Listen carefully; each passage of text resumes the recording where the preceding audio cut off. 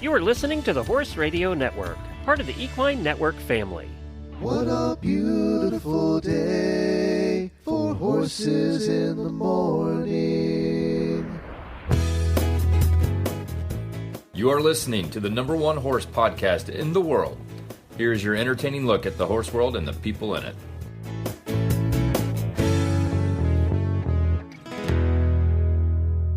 I am Jamie Jennings in Norman, Oklahoma. You're listening to Horses in the Morning on the Horse Radio Network for Wednesday, October 8th. It's a special one-on-one interview with Olympian Tad Coffin. Good morning, horse people. Well, Glenn and I are off this week. Glenn is visiting Ashley in New Mexico for the big Balloon Fest, and I'm doing my Monty Roberts intro clinic. So we have a special week of shows for you. I've done some one-on-one episodes with some awesome people, and if you missed Monday's show, go back and take a listen to an interview I did with Nelda Kettles from Horse and Hound Rescue.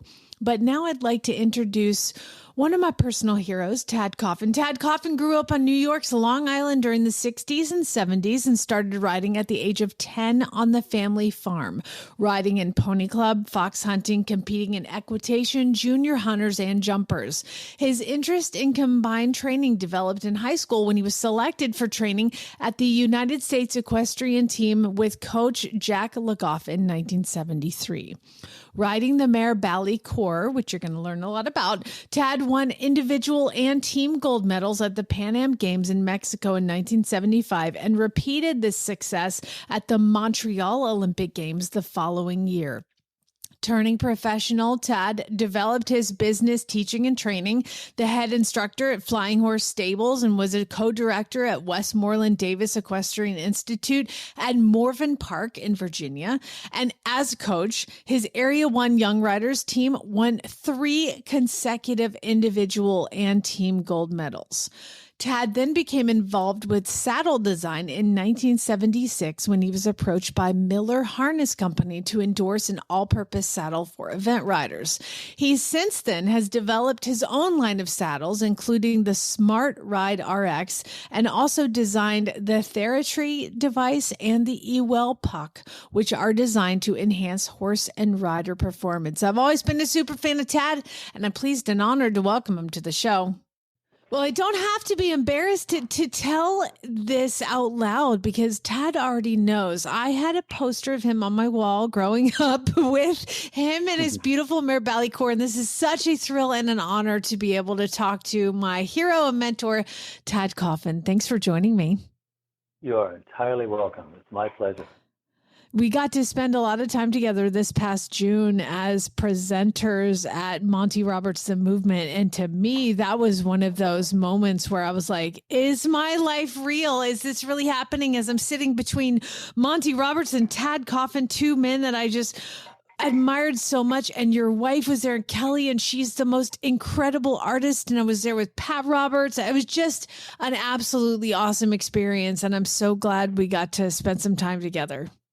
Me too. I thought it was wonderful. It's always a thrill to be with Monty, and it was such a pleasure to meet you, and to spend some time with Pat and the whole Roberts clan. It was really, really fun. Absolutely. Now, I guess what I kind of wanted to get into first here was, speaking of those days where I was, glued to watching parts of, the Olympics and knowing your name growing up, and it was just so important to me. So what I wanted to talk a little bit about that is kind of how you got started, because every single one of us listening is a horse person, right? And so we all had that moment of like waking up and going, is there a pony under the Christmas tree? I saw that you started riding at the age of 10. Were you that kid who was looking for that pony under the tree? Did you harass your parents?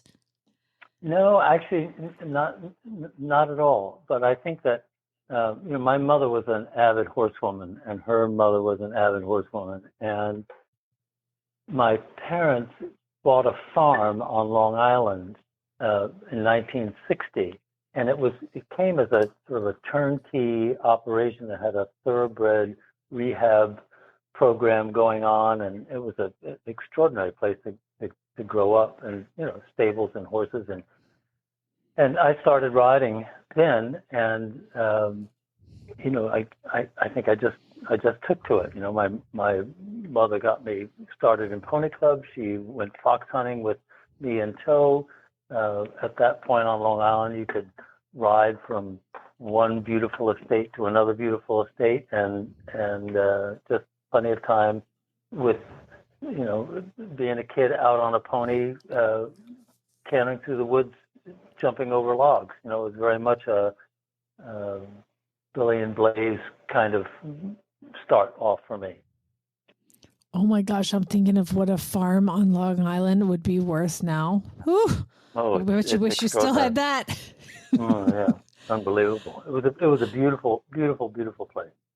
Wow, that's cool. So your mom was into horses. Did your dad just kind of roll his eyes, or was he supportive? No, he was supportive in a distant sort of way. He was, he was a businessman. He was not a horseman, but he knew that if he wanted to be married to my mother, he needed to be an enthusiast. So that's how that worked. And he did ride. He could. In fact, when he was courting my mother, he made up some story that he could ride, and she took him off fox hunting, and he survived. And so that demonstrated his willingness to participate. Once he got her, he was like, okay, right. I'm going to go to work. Exactly. Bye. Exactly. He got it. Yeah, absolutely. Wow, that's so cool. So even back then, he was playing the game, trying to get the girl. Without a doubt. Absolutely. And you know what? My mother was an extraordinary woman. She was obviously an avid horsewoman, but she had an extraordinary thing happen to her, which I think exemplifies a lot of our family's approach to things. She was married in just after the war in 1946, I think, and she and her husband, who is not my father, who is my biological father, but was not her. She was married to him at the time. Went off to Egypt. She was a journalist, and the two of them together were to be stationed in Egypt as correspondents for Time Life magazine, which was, if you were a correspondent right after the war, you were also part of OSS, which was the precursor to the CIA. She and her husband were in a single-engine plane flying at night with 4 other passengers and a pilot. And the plane, for some reason, crashed out in the middle of the Egyptian desert. And she managed to crawl out of the plane. The pilot managed to crawl out of the plane. Everybody else perished, and the plane burst into flames. And, she had been married for a month, and she convalesced by herself in a hospital in Cairo with no visits from family or anyone else, and then took over her deceased husband's job. And, she never told us about it when we were kids. That was just her strength, her courage, and her approach to life. And on the other side of my family, we all are all descendants from the Nantucket whalers, who, if you saw that movie In the Heart of the Sea, that was a pretty tough lot. So I come from fairly hardy and resilient stock, which is I think I've inherited plenty of that. Hold on. Okay, so you're telling me that your mom was basically in the CIA and was flying missions through Egypt at night and then survived a plane crash in the middle of the night in the desert and then got herself healed and then went back to work doing the same job? Pretty much. She wasn't, the OSS was the precursor to the CIA. So, in other words, after the war, there were all sorts of correspondents, and I use that with air quotes, who were, they were reporting on what was going on all around the world where the U.S. had influence. So, if you were a correspondent, you were obviously aware and alert to all of the political happenings everywhere in your area, and your job was to report the news, but also to report back to the U.S. government on what things might be happening. So, the fact that she recovered herself without any visit from family, at that time it was hard for family members to travel. So she recuperated from all kinds of broken bones and other things from the crash, and then it wasn't her inclination to run back to the States. She was on a mission and she carried on. So. Okay. Now, I hate to say this, but you have now been dethroned as my personal hero, and your mom has taken over that spot. Totally correct. Totally now, correct. if I'm hearing you right, was she pregnant during all that too? No, no, she was not. Okay. They had only been married for a month. Well, I mean, but to be in the only reason the plane was discovered, the wreckage was discovered, is that they had landed in the middle of an artillery range for the British Army. And the British Army guys were out, making sure that the range was clear before they fired up their artillery, and they found the plane, and they found my mother, and they found the pilot, and took them off to hospital. That's the most incredible story I've ever heard. Yeah. That's a remarkable amazing. Woman, and when she was in her elder years in Vermont, she would go off on rides. She had a lovely horse, and she would go out for rides that would lead her anywhere between 8 and 15 miles away from home by herself, no cell phone, a pair of wire cutters in case she got into trouble. And she would be gone for the day and back at dark, and then she'd point to us when we were driving on some interstate, across the interstate up on top of the hill. She said, "Yeah, I went to that up on that ridge the other day. The view's particularly beautiful." Oh my it's gosh. Extraordinary. Yeah. What an incredible woman. How great. So was she kind of the one who kept you grounded throughout your exciting career? For sure. I mean, if you've done what she's done, what I did was really, nothing remarkable. I mean, I think she thought it was pretty cool, but I don't think she was, my parents were not the type to get overly enthusiastic about, all of the things that they had done. They're members of the greatest generation. They'd seen everything in World War II, and they had a very good sense of what reality was. So anything that I did was more luxurious than anything else.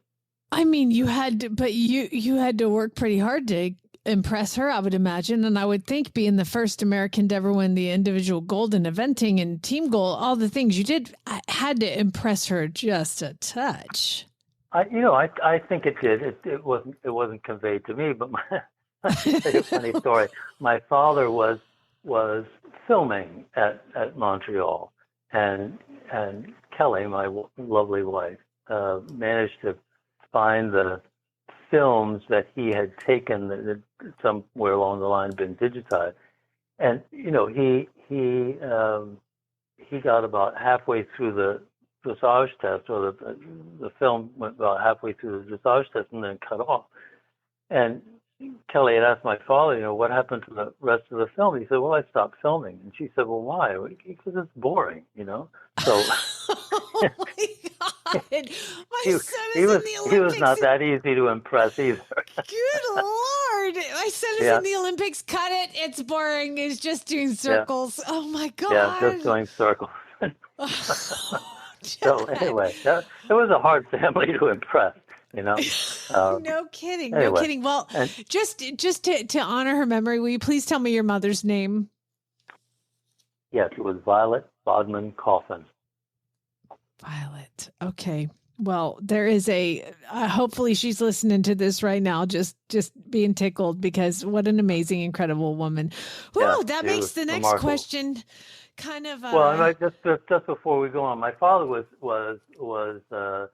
which will come up later. My father was a fairly courageous international entrepreneur who, when I was 5 or 6, decided to purchase a chicken farm in Nigeria and become the first commercial chicken farmer in all of West Africa. So, I remember as a kid, when you fill out forms and you said, what does your father do for a living? And I would always say, well, he was a Nigerian chicken farmer. And that always brought some amusement. But, he was gone easily for 3 to 4 months at a time, and left my mom with 5 children, to grow up and be hellions and everything else. And so that's another testament to both my parents for what they were able to do and what they accomplished. So I can see it. You're sitting in class and you have to write down what your parent does. And you're like, my dad's a Nigerian chicken farmer. And they're like, that dad, he's so sarcastic. He's such a, like, no, but it's real. Yeah, exactly. Yeah. How does one remotely run a chicken farm in Nigeria? Well, he didn't remotely run it. He was there 3 or 4 months out of the year, and he had a Dutch expatriate who ran it the rest of the time. But he was involved in many things internationally, and one of his exploits was this chicken farm in Nigeria. But he also did a lot of work for the Nigerian government as an agent. So, when they got their independence and they were looking for infrastructure equipment, locomotives, generators, all that sort of thing, he would be an agent that would go between the Nigerian government and GE or Westinghouse, or, and try to get them the infrastructure that they needed to develop their fledgling government. So he spent a lot of time over there. That reminds me of the movie where Morgan Freeman is in the prison and he's like, I'm a man who knows how to get things. Like, that was exactly. Your dad. Right, exactly. He knows how to get things and get things done. And he went on from there to become one of the early entrepreneurs in the U.S. windmill industry. He had a small company in Vermont called Enertech, and managed to, become a pioneer in the early days of wind turbines for personal use. Wow, fascinating! And here you are. You have 4 siblings, and were all of you running through the countryside, galloping on wild ponies, jumping logs? No, my sister was an extremely good rider. I say was because she doesn't do it anymore. And my younger sister was also a good rider. Neither of them ride currently, and neither of my brothers rode. So most of the time, galloping through the country, it was me. My sister had gone off to boarding school, and both sisters actually went to boarding school. I was galloping mostly alone or with a friend. Well, that's good training for what you faced, climbing your way up. And let's move up to talk. I mean, gosh, your parents are their own episode. This is absolutely amazing. How cool. Mm-hmm. Skipping forward, you are training, and you had a bunch of great mentors leading up to competing in the 1976 Montreal Olympic Games. Talk a little bit about your mentors and the preparation for that, and then we're going to talk about the super mare herself. Sure. So my mother was very smart in giving me the best kind of direction in terms of riding. I started off in Pony Club, and then I had an opportunity to ride with a really who I consider to be one of the very best teachers in the country, if not in the world, was a gentleman by the name of Raoul de Leon, who still lives and teaches on Long Island. And I started riding with him when I was 12, and I think he was 24. And he had been trained in the riding clubs in Havana, Cuba. And the interesting thing about his education was that he was taught by many of the best German cavalry officers who, after World War II, had gone to Cuba as a place of refuge, and ended up teaching in riding clubs there. So he learned the very, the best of the German school, dressage and as a basis of all good riding. And then when he came to this country, one of the people he sought out very early on was Bert Denemethee. And as a young rider, we would travel at least once or twice a year with Raoul to Gladstone and watch Bert Denemethee work with the riders that he had under his tutelage. Frank Chapeau, Mary Chapeau, Neil Shapiro, Kathy Kuzner, Conrad Holmfeld, Joe Farges, and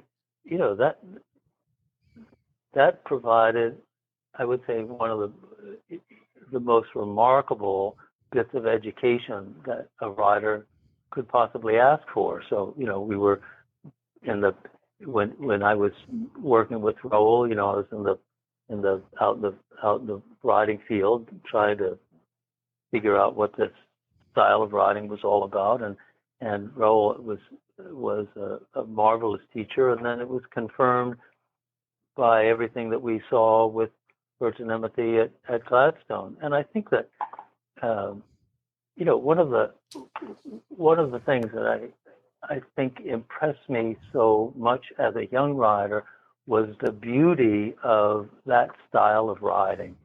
And I think that one of the things about horses that I think we can all agree on is that they are extraordinarily beautiful creatures. But when you see them being systematically and beautifully trained and schooled, which brings out the best of their abilities, and then you see riders with this beautiful, quiet style, that compels you. It grabs you, and then for me it elected me. So once you are struck by that kind of beauty, and then you say, well, that's what I want, and then you go out and you do your best for the rest of your life to try to pursue that and to share it. And I think that's a big part of my education. The stunning artistry of Jacques Le Goff, training a horse to do piaffe and passage with, while six of us are going around in a drill, and he's listening to us and can hear what we're doing right or wrong while he's looking in the mirror teaching his horse passage and piaffe. I mean, you just can't get better than that. So that's amazing. Anyway, well, I will say too that, one of the styles, especially for the show jumpers, was pretty dramatic flair over fences. You can see if you watch this Harry and Snowman, the Harry DeLayer style. And I talked to George Morris about it, and he was like, that was that style back then. But then I just watched, YouTube is amazing. I just watched your show jumping for the 76 Olympics, and you did not have that style. You were, and I think eventers too, you understand your leg better stay underneath you if you want to stay in the tack for all the crazy jumping that eventers do. But your style is so poised and so elegant. And I mean, your lower leg is envied, I'm sure, today by every rider would see it. I mean, I was watching it and I was like, oh my God, it's just such a nice, quiet, elegant ride. And that is what you were kind of talking about, was what it's just beautiful to watch that kind of connectivity with a horse. Exactly. And that was the American style as developed by Burton Emmethy. I would say that he was the single most had the single most profound influence on the American riding style, which then became much more of a world style. But if you want to see stunning pictures, Burton Emmethy's book called The Emmethy Method, the training of the show jumper. There's so many extraordinary pictures of all of his great riders. Mary and Frank Chapeau, Neil Shapiro, Billy Steinkraus, George Morris. That whole generation of riders learned his style, and that style became the American style. And that style was also very much a part of Jack Legoff's development of his riders. He wanted that same style. Yeah, so he kind of started that transition from like the Harry DeLayer style to that George Morris and so Bert DeMett. I'm going to get that book. I just wrote it down because that sounds. If you don't get it for any of the text and just the pictures, I mean, it's extraordinary. One of the best collection of beautiful show jumping pictures that I'm aware of. Well, you can also go watch Tad's round on YouTube. Everything is on there. You can't escape it. Your dad's video where he cut it out, I couldn't find. I didn't know about that one. It's not up there. Oh God, my son trotting circles. Ugh. Yeah, exactly. God. It's boring. So let's boring. I've heard that before a few times. Well, I want to get into talking about Bally Cor, the Supermare, but first we need to hear from our sponsor. State Line TAC is back. If you're ready to maximize your savings, and listen up, the State Line TAC Rewards Program is your ticket to exclusive deals and discounts. Joining is absolutely free, and you'll earn points with every purchase. These points unlock member-only coupons, special promotions, and early access to the biggest sales they have going. Plus, you'll automatically be entered into the monthly prize drawings. Redeem your hard-earned points for discounts on everything State Line TAC offers: saddles, bridles, riding apparel, stable supplies, and more. Don't miss out on these incredible savings. Visit statelinetac.com to sign up today and to start earning rewards. And also, our HRN coupon is back, 25% off any order of $49 or more. And please note that there's some products that are not eligible for additional discounts due to manufacturer restrictions. Just put them in your cart, put the discount code in, and it'll tell you which ones you get the discount on. So thank you to State Line TAC for doing that for our listeners. We really appreciate it. Okay, Tad, when you and I were together in California, you worked with a mare named Lass. And one of the comments that you made was, I love a thoroughbred mare with big ears. And I remember asking you, did Bally Cor have big ears? And you said, absolutely. They were, I'm not going to say they were telescopic, but they were close. So what's Bally Cor's origin story? And how did you come to ride her? And just tell us everything about her. So Charlie Reed, who was a veterinarian at New Bolton, one of the best to ever have gone through there, and a fellow by the name of Denny or Hardin Crawford, who actually lived and owned the estate of Gladstone, were friends, and they thought that it might be a nice thing to breed a horse specifically for eventing. And the idea is that they would collaborate on it, and they decided to breed a mare by the name of Bally Licky to a very good steeplechase horse by the name of Cormac, and that they would raise the offspring and gear it towards eventing. So when I arrived at the team, Bally Cor was in the vicinity. She wasn't in exactly the same stable, but Denny Crawford would come up and take some lessons from Jack Legoff that he did a little bit on the side, and it was determined that that Bally didn't really have the talent to become an international horse. I think she had gone up through preliminary and had maybe had a couple of starts in intermediate, but I think under Jack Legoff's in his way of thinking, she wasn't really an international contender, but that she would be a very good practice horse for some of the young riders that were coming to work with him at Gladstone. So then she ended up becoming a loaned horse to the United States equestrian team at Gladstone, and I started riding her in 1973. In the fall of 1973, I was part of an extraordinary program that Jack Legoff set up where he would travel the country, and through a series of selection trials, he would pick 4 riders to come and train sort of as resident riders.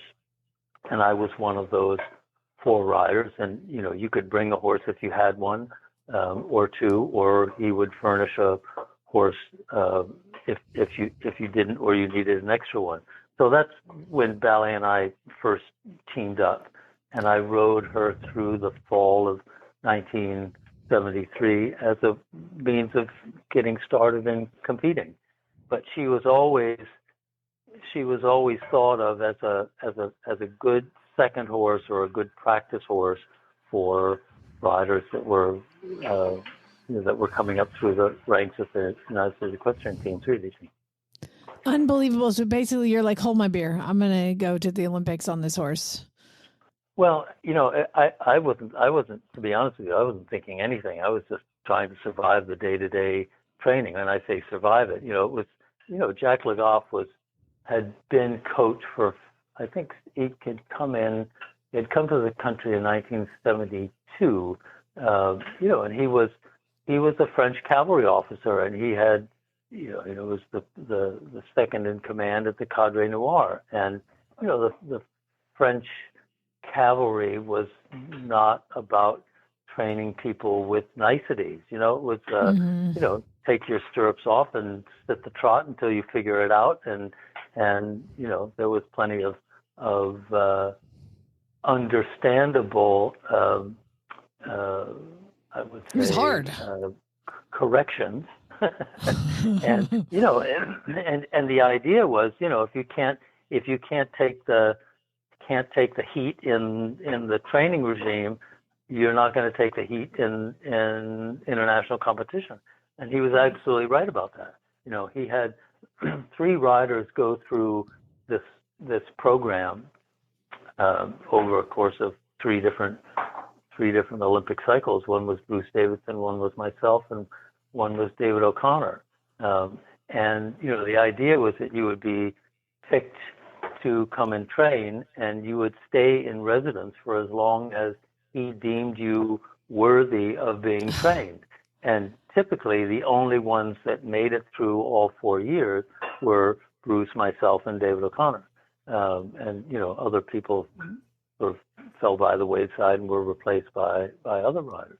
But that was his goal, and it was an outstanding program. And likewise with horses, he would travel the countryside and either find horses that people would loan to the equestrian team or that people would buy and then donate to the equestrian team, and he would hook those riders and horses together and see what kind of combinations looked like they worked. And if the horse looked like it was worthy of staying and the rider wasn't, well then the horse got a new jockey. And if the rider looked like they were worthwhile and the horse wasn't, then the rider got a new horse.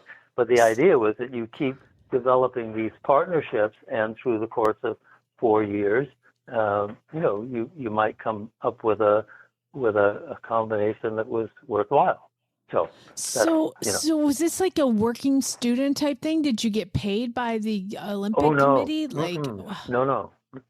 It was there were no expenses. So I mean, you paid a nominal amount if you bought a horse for board. You were given free room and board. You paid for your own meals that you had to spend for yourself. But it was the most extraordinary education for free, and you cannot duplicate that anywhere in the world under these current circumstances. But I got to ride with Jack LaGoff every day of the week for 4 years at no charge. So we skip forward to the 1976 Olympics. Okay, you guys might recognize these names. Tad Coffin on Bally Cor, Bruce Davidson on Irish Cap, Mike Plum on Better and Better, and Marianne Toschi on Marcus Aurelius, which is still a fantastic name for a horse. So you're on this team. You go in and like looking back through it, that was when eventing was the long format and almost military kind of riding. So that your preparation must have really given you a heads up on what was to come. Yeah, I would say that, Jack LaGoff was an extraordinary innovator. And one of the things that he developed was this whole idea of interval training for 3-day event horses, which up until that time had never been used, had never been tried.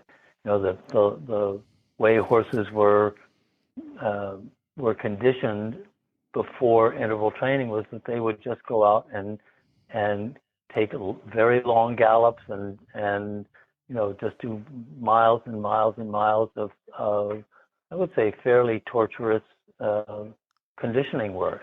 And he changed all of that up so that the horses were much more likely to stay sound, much more likely to stay fresh, and that's really a remarkable innovation that he brought to the sport.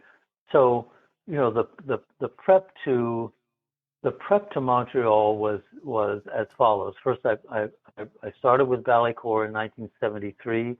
I was not given a berth on the World Championship in 1974 because I had fallen off too many times, and I was an unreliable young rider. So I stayed home and helped my father bring in firewood in Vermont while everybody went off to the World Championships in Burley. For some reason, Jack LaGoff thought enough of me to bring me back when the team came home and say, I'm going to give you another shot. And Bally had gone off for as a second horse for Beth Perkins and had a pretty bad fall in England at an event. And for some reason, he thought she was worth continuing on with. So, the two of us get back together and train through the fall and winter of 74, 75. And then we had a little success in the trials up to the Pan American Games, which were held in Mexico City. And so managed to make that team. And that was also with Bruce and with Mike and with Kevin Freeman. And so that went, I would say, much, to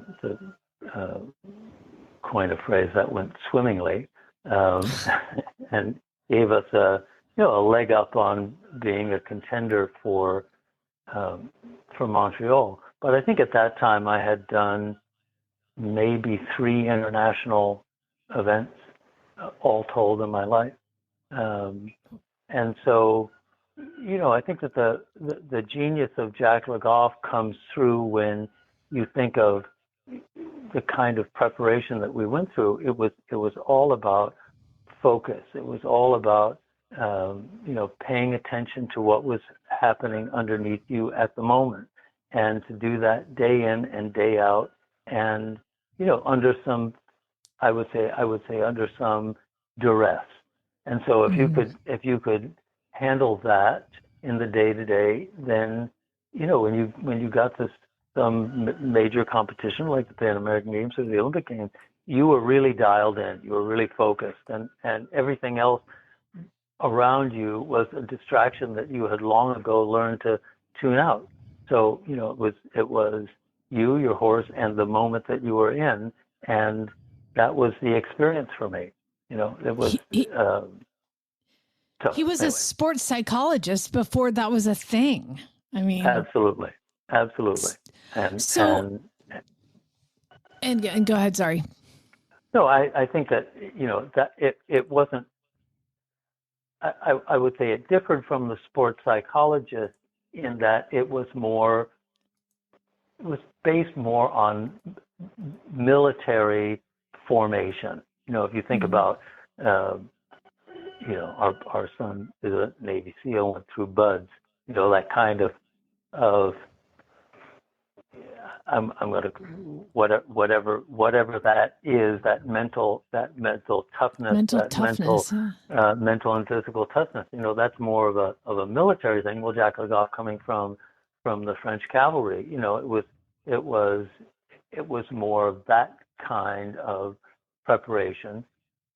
No doubt there was psychology involved in it. It was very good at that, but it had more of a military background to it rather than go home and mentally rehearse these things and see what you come up with. It was a little more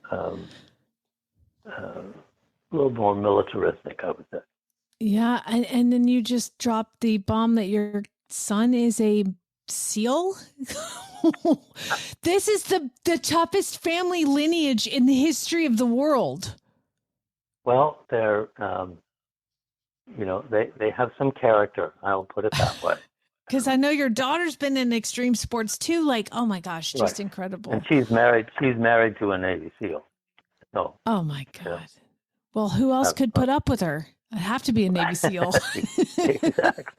Exactly. Yeah. Absolutely. That's incredible. So you go into this boring dressage test that your dad didn't video the whole thing of, and you come out at 7th after dressage, and then you go do cross country and the 9,000 miles that is associated with it, with the steeplechase and the roads and tracks. You move up to 2nd, and then you go in for show jumping. And I was gonna say that you must have felt a lot of pressure, but being 2nd in the Olympic Games and you have to go clear doesn't seem like it would have really mentally affected you that much at this point. No, it was about doing the job and. And about staying focused, and I think the pressure was really on Carl Schultz to go clean, and watching him in the warm up a little bit out of the corner of my eye was he was certainly struggling a little bit because I think his horse was tired, and they were doing a lot of jumping, and I think. One of Jacques Legoff's geniuses was to be able to prepare a horse and a rider just enough and not over-prepare them and not under-prepare them. So he did his job perfectly. And you went in there and you went clear, and the rest is history. Now, I did read that... Because one of the questions people always ask Olympians is, where are your gold medals? You don't have your gold medals anymore. Share what you did with them. Well, I do now. They've come back to me, but, within, a week or so after the Olympics, I gave one to my parents and one to Jacques Legoff because, they were the people that made it all possible. And, the title would forever be associated with me, but without them, without their contribution, it never would have conveyed to me. So to me, it was very important as a gesture of appreciation for the extraordinary contribution that they had made collectively to pass the medals on to them. That's amazing. Now, after all of this Olympic success, which just is, like I said, that's a whole nother episode.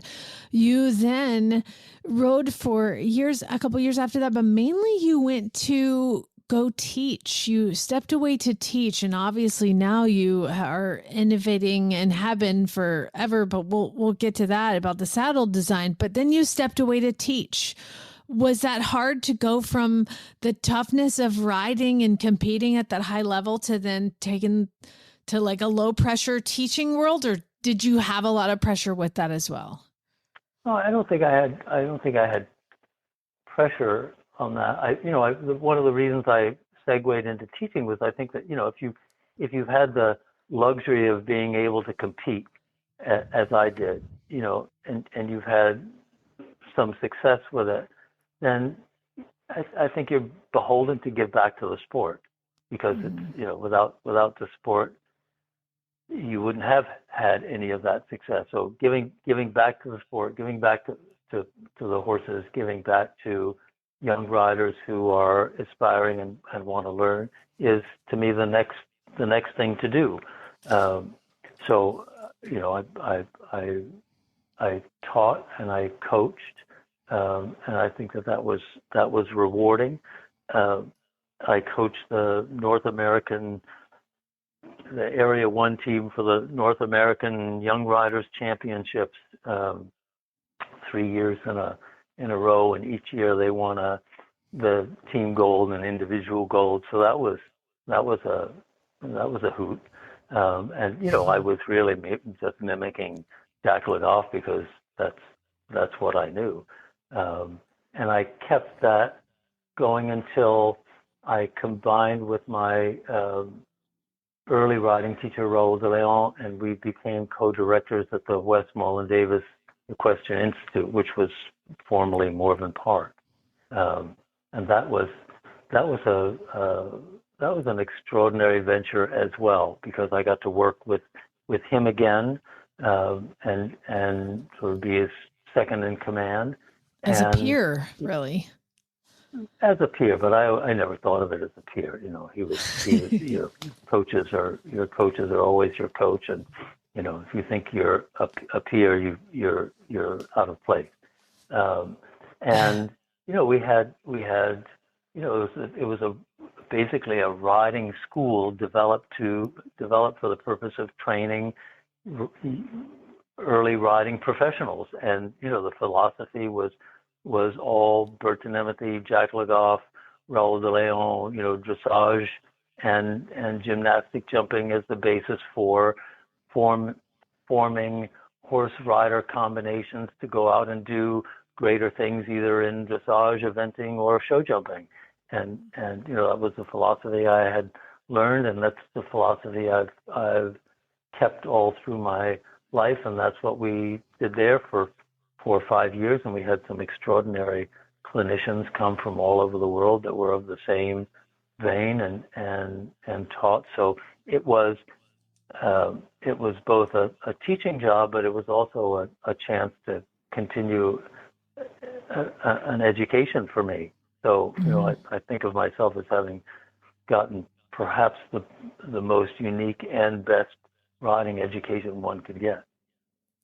Well, and there's so many questions I would love to tackle on like when you look back, what is one piece of advice that really meant a lot to you that you could share, if you can think of one thing? I mean, it sounds like you've just such an amazing group of teachers your whole life.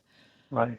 Well, I think the one bit of advice I would have, which is, thankfully was able to be something I could follow, was, develop a philosophy and an approach to riding that you stick with, and that you continue to learn more about and get better at. And I think that was an opportunity that came through the United States Equestrian Team, Bertanemity, Jack Legoff. They established a riding philosophy that was then transmitted to young American riders, and then the idea was to go out and spread that. I think what happened when that program was disbanded is that you had riders learning more by, taking a clinic here or there and learning from this person and learning from that person, sort of the smorgasbord of riding education. You could call it the, practical horseman, 10 ways to get your horse to do this or that. And, it becomes a very disjointed educational program where you're trying to follow this person's ideas and then somebody else's ideas, and you don't end up having a coherent riding philosophy. And consequently, you can wake up in age 50 or thereabouts and wonder, how do I approach training a horse, and is that approach something that I can continue all of my life, and is it something that can see a horse all the way through, from the earliest stages all the way to their to the end of their career? And I think that's that idea of having a riding style and a philosophy really goes back to the days of the cavalry school. You had the French cavalry had an approach to their style of riding, and the Germans had their approach, and the Italians had their approach, and riding was taught largely through the cavalry, and that's that's where you had the French style and you had the Italian style, and then that broke down after World War II when the cavalries were disbanded. But I had the fortune, and some other riders had the fortune, of being able to learn from the cavalry officers that came through those schools, and to learn this riding philosophy that they had. And I think that some of that, I would say a large amount of that has disappeared. So it's much more learning how to compete and learning how to be a good competitor, and learning some ideas from this person and that person. But it's not necessarily a coherent philosophy that allows you to really develop horses and riders. Gotcha. Well, before we get to what is a day in the life of Tad Coffin, now let's hear from one of our sponsors. Non-GMO whole food nutrition is the basis of the entire Daily Dose Equine program. We never forget that natural is better and simplicity is key. Our full line of specialty horse feeds is unique in the industry. We start with high-quality, non-GMO grains that are flame-roasted for safety and better digestibility. And then we add non-GMO alfalfa, timothy, peas, sunflower seeds, and flax. Your horse will enjoy unsurpassed balanced core nutrition with elevated levels of vitamins, zinc and copper, prebiotics, probiotics, and electrolytes in every mouthful. Find the perfect formulation for your horse at dailydoseequine.com. Select Daily Dose Equine formulations are available nationwide through Chewy.com and TractorSupply.com. Now, Tad, we have talked so much about your saddle designs and how important the Theratree has been in my life, and I'm wearing my Ewell puck right now. I don't leave home without it. So you went from the teaching to science, basically, in developing saddle technology. Let's I guess, kind of to let people know how you operate now. Give us a day in the life of Tad Coffin. Well, let me preface that, if you don't mind, to why I got into please saddles in the first place. So, as beautiful as riding is, and particularly with this style of riding, it breaks down when horses are resistant, and there's nothing beautiful about a horse being resistant. And when you think about it, in order for a horse physically and mentally to be able to go in this ideal manner, where he's cooperating fully with the rider and the two of them look like they're one. The horse has to be able to do some things physically that will enable him to do that. He's got to be able to lift his back, got to be able to rotate his pelvis so that his hind leg steps more underneath him. He has to be able to lift his withers through his thoracic sling and therefore be able to be in the kind of balance to carry the rider, whether the rider is doing more demanding dressage movements or more jumping, whatever the horse needs to do. Those are the prerequisites. And I think that where the teaching of riding falls down and where I felt a lot of frustration was in trying to convey to students how to get their horses to go in a particular way when the saddle was actually preventing the horse from responding the way the rider was asking him to. So, for example, if you're asking a horse to lift through his back, but the saddle is causing some kind of pain or discomfort, the horse just can't do it. And Jack Legoff was a genius at getting horses to use their backs, and obviously we learned that as an integral part of our training. But if you're riding in a saddle that doesn't allow a horse to do that, or even encourage a horse to do that, then the pathway is going to be fraught with difficulty. So I thought that I thought that the saddle was an important piece of gear.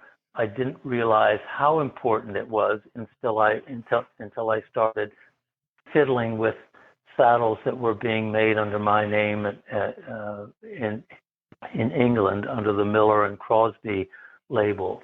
And I'd come up with a couple of good designs that just happened to be really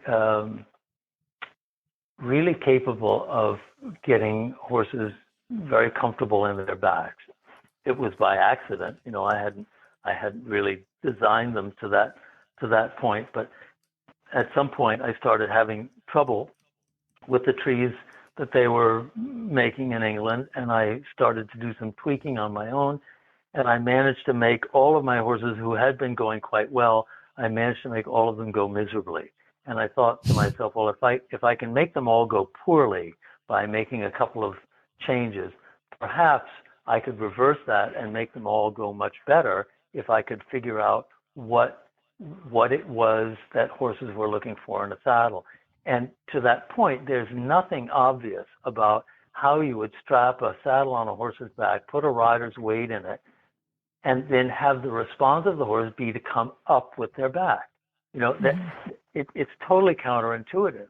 And all of the things that we have developed as narratives about, how we approach riding, how we approach saddle fit, I think are partially or more completely failed, because if you look at the current state of horses' backs, back soreness is everywhere. And so, if we were really doing a great job of figuring this mystery out, we would have conquered back soreness, and horses would be able to do what we asked them to do at all levels with much less resistance, and therefore much more we would abound in the beauty of horses going well. The reality is that that's not the case, and I think that if you look in modern competitive riding, across the world, there's a lot of coercion, and some of that coercion is physical coercion, and some of it is, I would say, pharmaceutical coercion. And I think that in order to protect the beauty of the horse and the integrity of the sport, something different has to be done. And I would say that the idea of having a saddle that can actually foster this idea of a horse coming up with his back and allow him to move the way God intended him to move, that has to be one of the most important things that we look at. And I think sadly it's one of the things that's most overlooked. And I think that the saddle industry is not going in that direction. And the idea is, well, we come up with a saddle, and if our saddle doesn't work for your horse, well, find another brand. But the reality is that most of the trees for saddles sold by different companies all across the world are made by very few tree makers. Most saddle manufacturers do not make their own trees. So, you can try a group of different brands thinking that you're going to find something different for your horse, and actually all of the trees are very similar, or similar enough to not necessarily impact in a positive way the way the horse carries himself and the way he goes. So, it's been a complicated journey to figure out what it is about a saddle that causes some radically improved behavior physically and mentally on the part of the horse. As I said, there's nothing obvious about that. So what do you think it was that you discovered that worked? Well, I wouldn't say it was. If I were to sort of combine all of the millions of things that I've learned, what horses want from a saddle is first something that is ergonomically designed. And when I say ergonomically designed, it has to be, you could say, well, all horses have different shapes. Yes, they do all have different shapes. But when they're going well, all horses look like all other horses that are going well, regardless of what they're doing.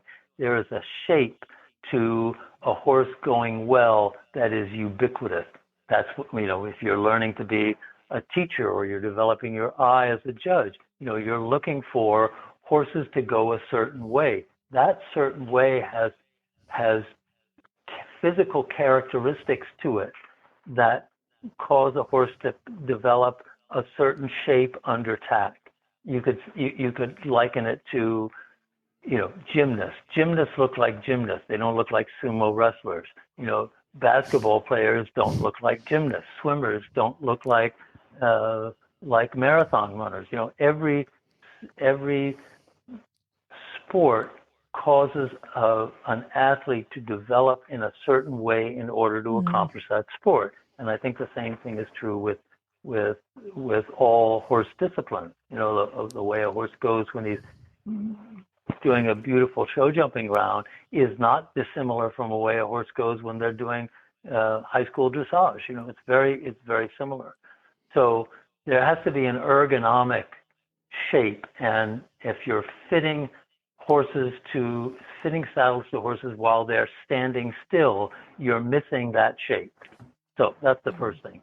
Second thing, it has to have an ability to correspond to all of the different axes of flexion in a horse's back. And a horse's back is very dynamic. It's always moving, and when it's moving in this very good or idealistic way, those movements are very predictable.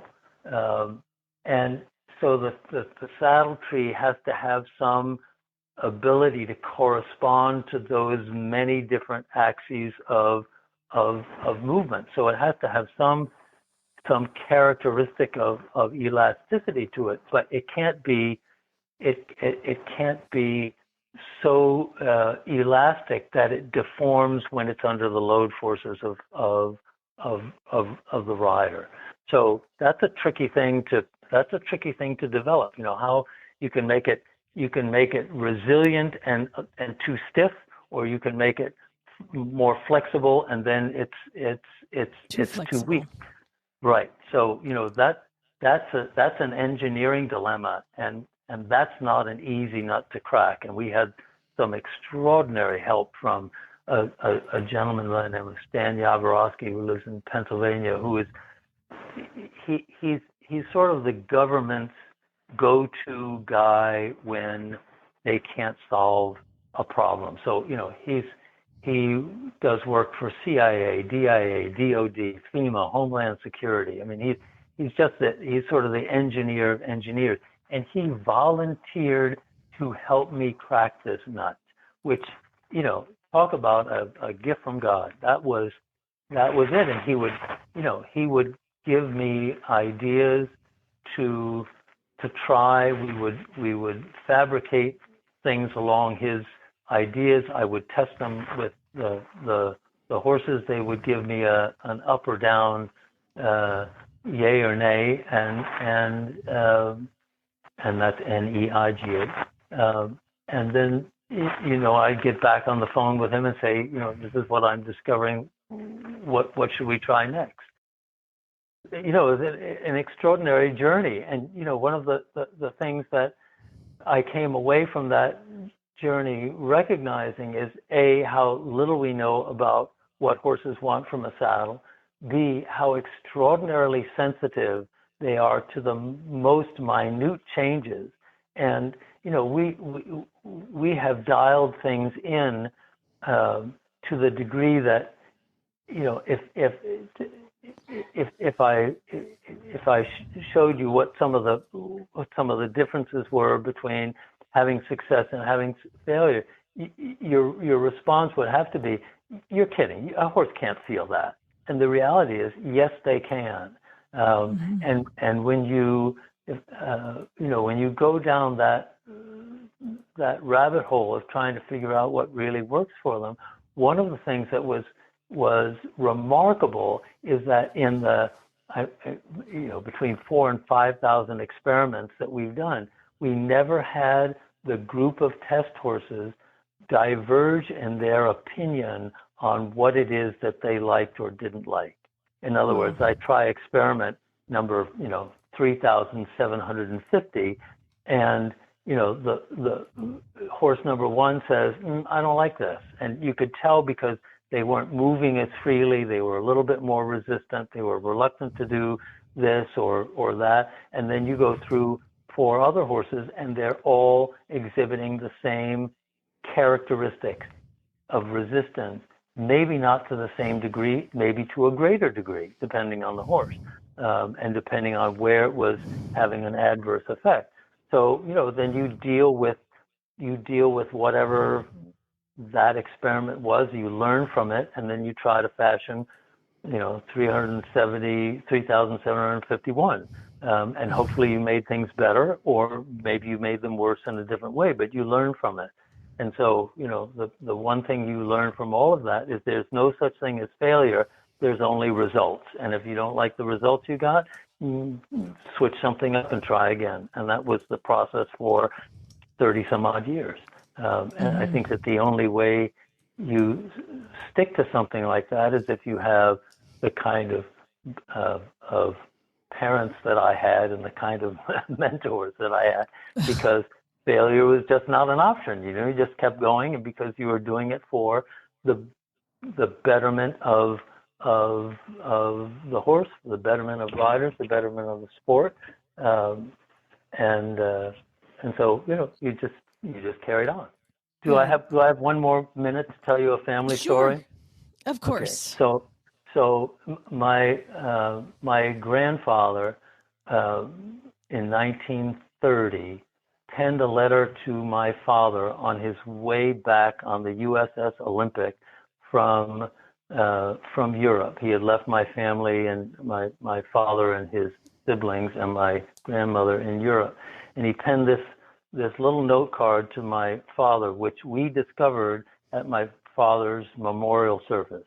And I call it the Gettysburg Address of the Coffin family.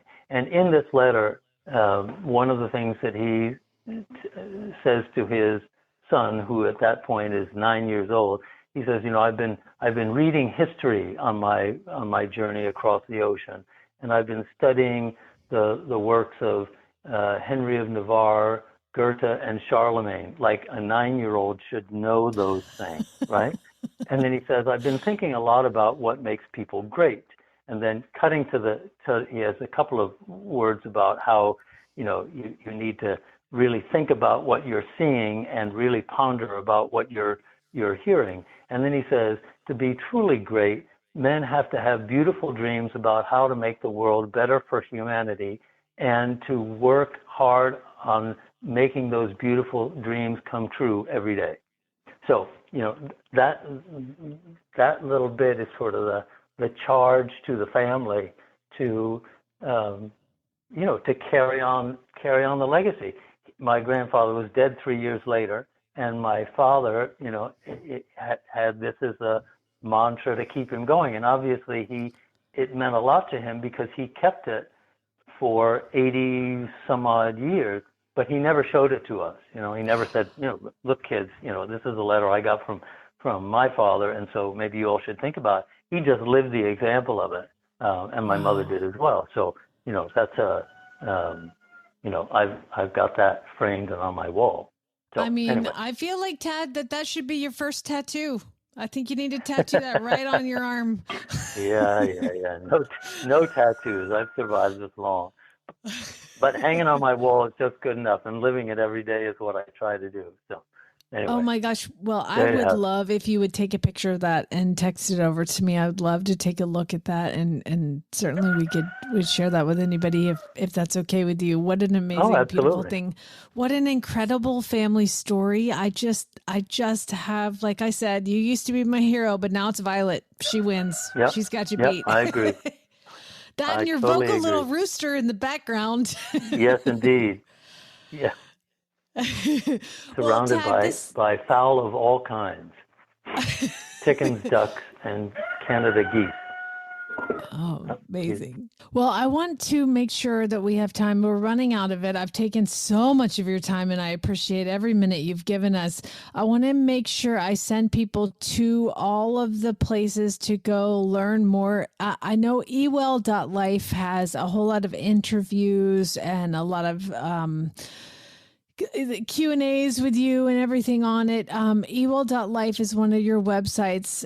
What are some of the other places people can go to kind of deep dive and learn a little bit more about what you have to offer? So it would be tadcoffinsaddles.com would be the saddle website. And then the TheraTree, thera-tree.com is the TheraTree website. And you can link to all of them back and forth.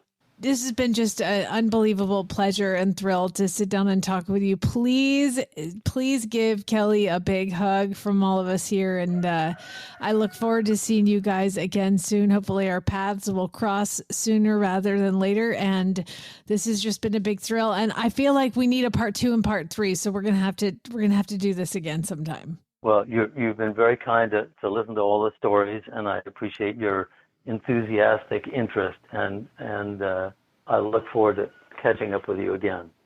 Stay tuned for the rest of this week as we have the NRHA tomorrow, and Glenn will have a fascinating one-on-one for you on Friday. Next week, Glenn will be back with Ashley and Lisa with some brand new episodes, and I'll see you the week after next, hopefully with 0 exciting stories to tell. We'll see how that goes.